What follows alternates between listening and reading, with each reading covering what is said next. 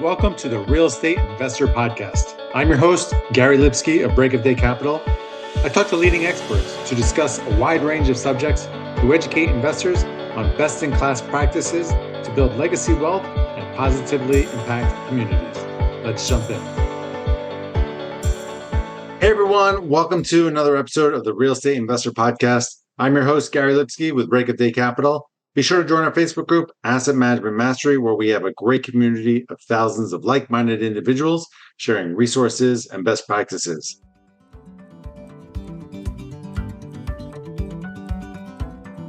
Choosing the right insurance coverage for multifamily properties isn't that complicated if you know who to talk to. At the Garzella Group, we're uniquely qualified to help you navigate the range of policy choices you have, and we're committed to saving you 30% in the process. We do intensive market research and have nationwide relationships, so we can find coverage other insurance brokers simply can't. We should talk. Go to quotenow.biz and we'll start the conversation. Today on the podcast, we have Tom Zeeb. Tom works with real estate investors of all levels to get their businesses built or rebuilt correctly so that their personal goals and lifestyle stays at the center of everything they do. Thanks for joining us, Tom. Can you start by telling the listeners a little bit about yourself and more about what you do? Sure. Hey, Gary, thanks for having me. I'm a real estate investor who focuses on marketing, negotiation, and contracts and deal control systems to get paid. I do a little rehab. I do some rentals, but I love wholesaling because it fits me like a glove, fits my personality like a glove. So I like to quick in and out on a deal. And I found that I tend to focus on that just to build up money to invest in whatever I want and maintain a great lifestyle. Awesome. Yeah, we haven't had much wholesalers on here, but obviously a lot of people doing it. So many different ways to make money in real estate. But let's start with your near-death experience that pushed you to kind of break free from your 9-to-5 job. Talk us through that. Yeah. I rolled back, I don't know, 23, 24 years. I had a day job. It was a couple years out of college. I felt stuck. And I was miserable. Just didn't like it. Didn't like being told what to do. Didn't like the lack of opportunity. Didn't like the commute. Didn't like the people I worked with. Everything was wrong. And then I added up my debt one day. And Gary, I was in shock. I was 113 grand in the hole. And, which was, that'd be even more now. I mean, then it was worth a bit more. And I went, man, how do I get out of that? I mean, without a gun or white powder, how do I pay off 113 grand in debt? Someone going to give me that kind of raise? And I didn't have an answer. So I did what most fiscally irresponsible people do, people who are so fiscally irresponsible to get into that degree of trouble. And I just escaped from it all. I took my 2 weeks off and escaped on a big old adventure trip with my buddies to India for a couple of weeks and went whitewater rafting. I was loving it. It was fantastic until I went flying off of the raft, got sucked down into the river. We were in India. And all I knew was I was just swallowing water and I had no air. But rather than be scared, I actually got kind of angry at the situation I put myself in, and not the raft, not the literal drowning. It was the metaphor of drowning. Like I'm drowning in all this debt. Nothing's right. What have I done? All I've done is get into financial trouble. If I get out of this, things are going to be different. And so obviously I got out of it, and here I am today. I got out and I went, how are things going to be different? I don't know. I got home, didn't know. Now I had no time off left. I had a lot more debt. Things weren't going any better. And then a friend handed me a copy of Robert Kiyosaki's Rich Dad, Poor Dad, which is usually something most people in our space have read, and it's touched everyone in a different way. And it lit me up and got me thinking differently. But all I knew was I was supposed to go out and buy real estate to pay off my debt. So I went out and bought a 6-unit building as my very first investment. And that was a massive mistake because nobody was paying. It was in New York City, all very professional tenants that knew how to play the court system against their landlord, which was me. And I made a bad situation worse. I made my drowning in debt even worse. But I had also touched off something that was, I liked being off my own. I liked having things be up to me. I liked being an entrepreneur. And once I got refocused on deals that made sense, then I never looked back. It's interesting that you made the change because you had to have a shock to the system, whether, finding out about the debt and then the rafting trip. And for a lot of people, they need to be pushed to the edge and break out of that kind of contentment, that zone of comfort to really make a big change in their life. Yeah.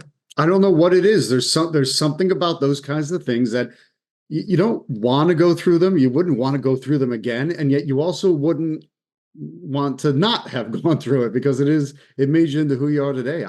I work with a lot of students, and it's almost like they don't come to me until they've been kicked in the teeth and beat down so hard by their work or by life or by whatever that they're finally ready to do something on their own. And that's an odd thing in many ways, having to wait till somebody's, been, hit over the head or, before they'll take action. But sometimes that's what it takes. Yeah. So how do you get investors to get past the fear, and start taking action, getting started?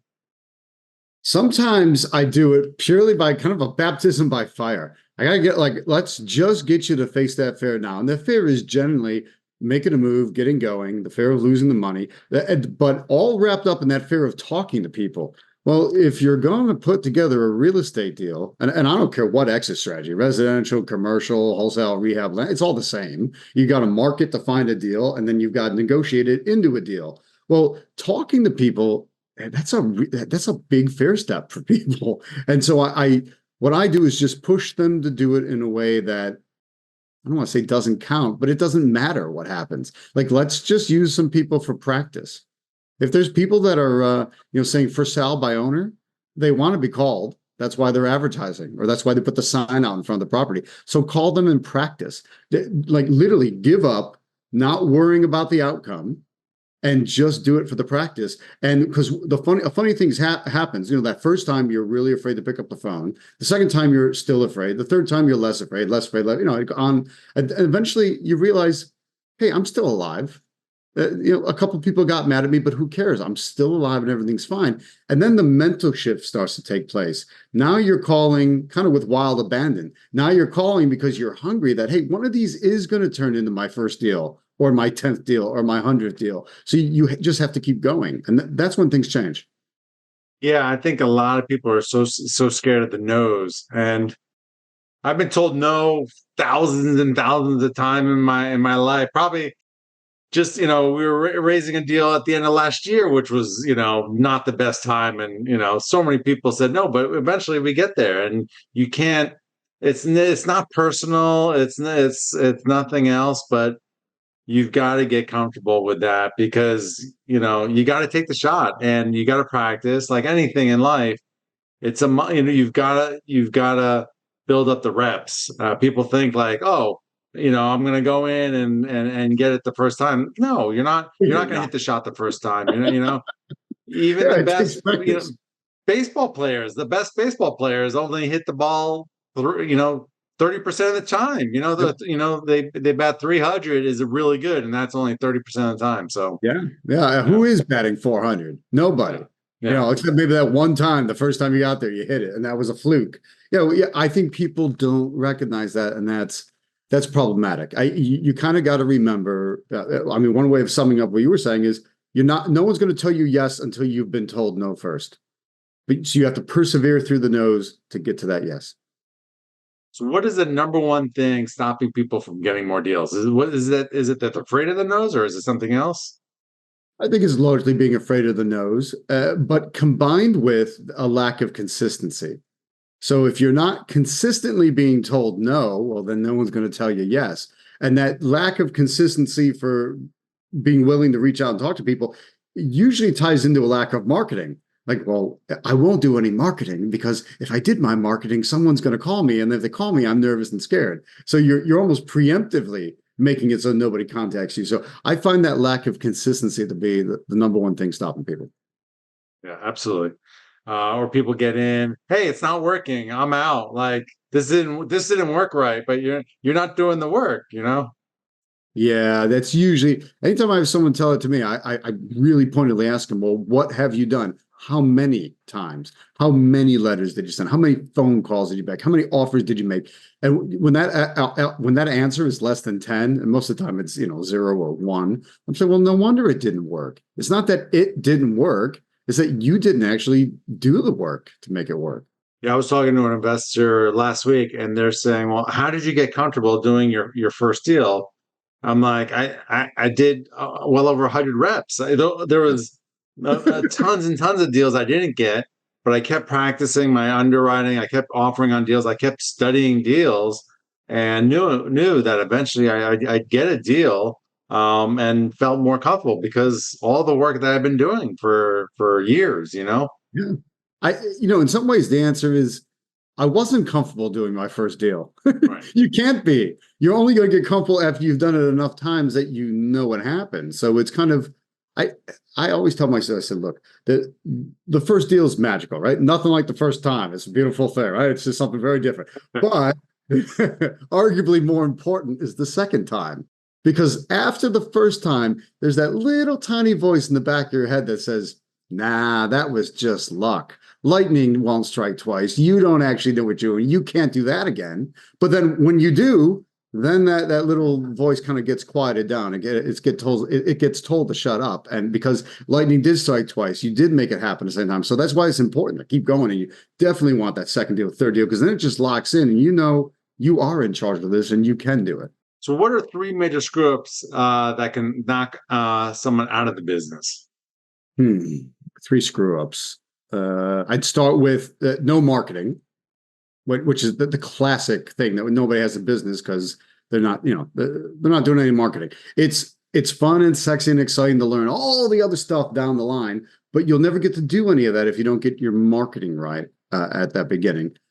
I think a second thing I'd put on there is I'm going to tie it in with consistency. Let's call that, let's kind of reframe it a little bit and call it repetition or multiplication. You've got to multiply your effort. I'm convinced that's actually the marketing secret, is that you have to do it again and again. It's not enough to send one letter one time, or it's not enough to run one ad one time. People need to see it again and again and again. You need to reach out to them again and again and again. And that consistency, that repetition, that multiplication of your effort is what draws the people in.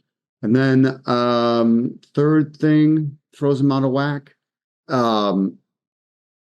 Worrying about all the other parts of the deal that don't matter yet.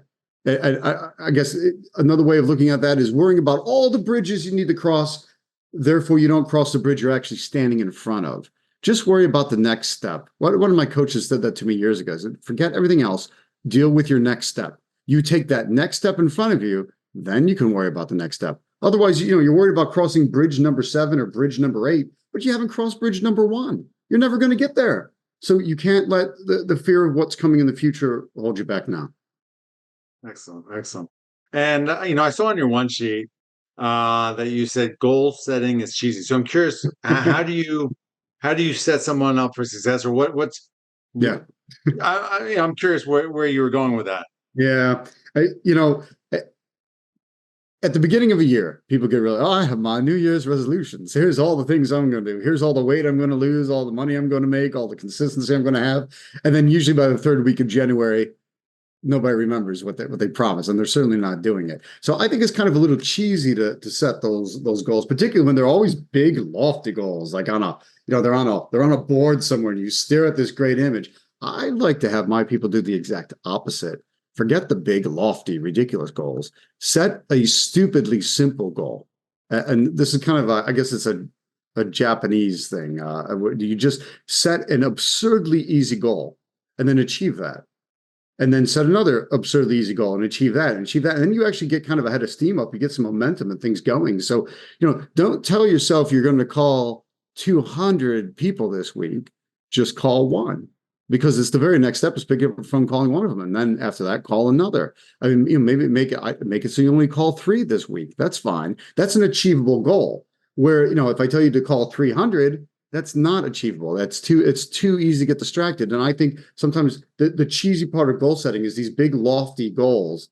They don't work. I think that the smaller goals actually get you moving in the right direction and give you a feeling of success so that you can eventually achieve the big lofty goal. Yeah, I think it's important. You've got to start at the habits too.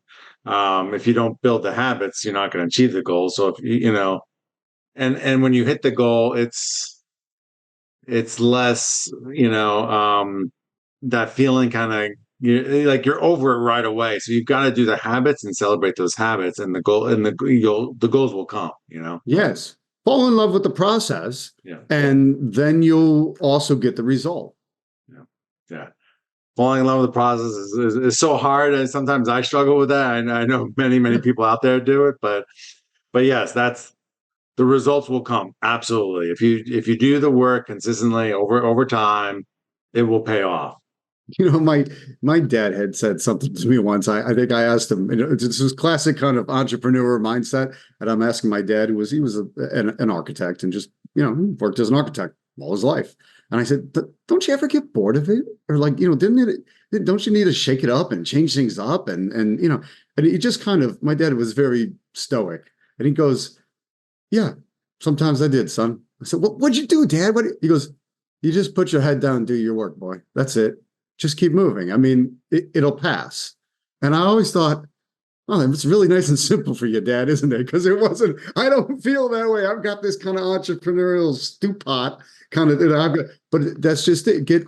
Fall in love with the process and do the process, and you'll get to the deals. And luckily, I think from an entrepreneurial perspective and as a real estate investor, the deals change and the circumstances change. And so we can get that satisfaction of doing something different, even though we're effectively doing the same thing. So I like to think I've blended the best of both worlds, and I try to keep my dad's advice in mind. Earlier on the show, you mentioned negotiating, and I know that's a big part of your business. So what are some of the negotiating tips that can make a huge difference? I've got three that I think are I teach 52 different techniques, but there's three of them that I use in pretty much every negotiation to get the ball rolling and start to get the price down. So the first one is I always flinch at a number, at any number anybody says to me. So if I say, Gary, say a number. 15 million. 15 million? Woo. Seriously? Now, how do you feel about your number now? Yeah, you're going to set the bar a little lower. Maybe you shot too high. Yeah, so you're doubting your own number. Now, I don't know why. I didn't say give me a price on an apartment building or give me a price on a car or a boat. It just say a number. And you said a number, but you're already kind of questioning your number. That's what happens when somebody flinches at you. So every time you ask a seller or another investor for a price or a number, no matter what they say, whether it's a good or not, or pie in the sky or not, just flinch at it, because you're already putting that thought in their mind that their number's not quite right and they're going to have to start to do better than that. All right, great. So then I come in with technique number two. Now, I have a target price in mind, as I'm sure you do when you're looking at a deal. You know what you got to get it at, and maybe what that max is. Okay, well, I use a technique called bracketing to achieve that price. Now, a bracket it surrounds something. So where do we tend to meet, Gary? Where's the most fair place to meet? In the middle.